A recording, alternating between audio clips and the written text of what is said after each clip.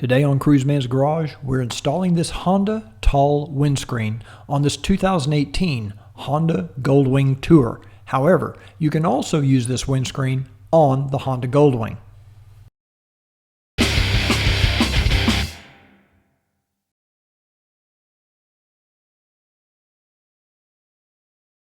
A link to the PDF file with the Honda installation instructions is included in the description of this video.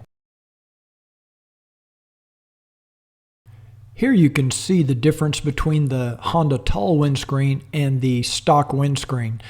It's about, I'd say, 4 inches taller and a little bit wider than the standard stock screen.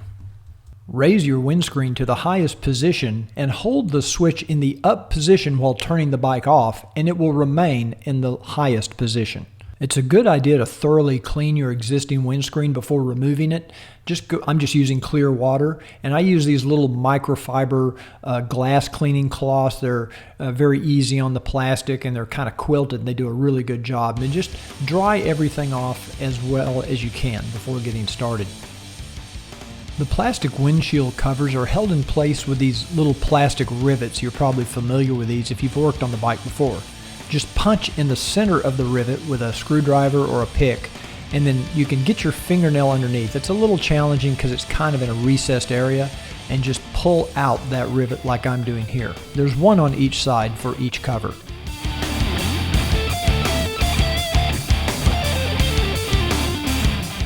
Now once you've removed it, you want to reset that rivet by pushing up from the bottom so that the pin sticks out at the top as shown. Now you can remove the windshield cover by sliding them down and pulling them straight out, as you can see how they're attached when you look at the back side. Using a 5mm Allen socket or Allen wrench, you can now loosen all 4 of the screws that hold the windscreen in place. And when you remove these, make sure to leave the washers in place. The dark washer is on top, and the white washer goes down on the windscreen itself. When you remove the last screw, just hold the windscreen, and then you can carefully lift it off and set it aside on a soft surface. Check to make sure that none of these rubber washers stuck to the back of the old windscreen. They should all be in place because those go underneath the new windscreen, which you can now set in place over the openings.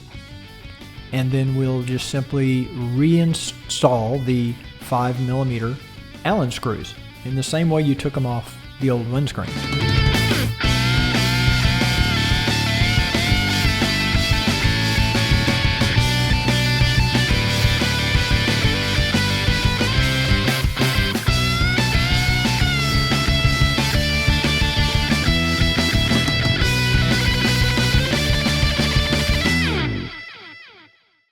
Using a ratchet handle or using your Allen wrench, tighten these firmly. You don't want to over tighten, but you want to make sure they're firmly tightened. Now you can replace those plastic windshield covers that go on the front of the windscreen. With the covers installed, you can now insert those rivets from the back, and with the sound of that click, you're done.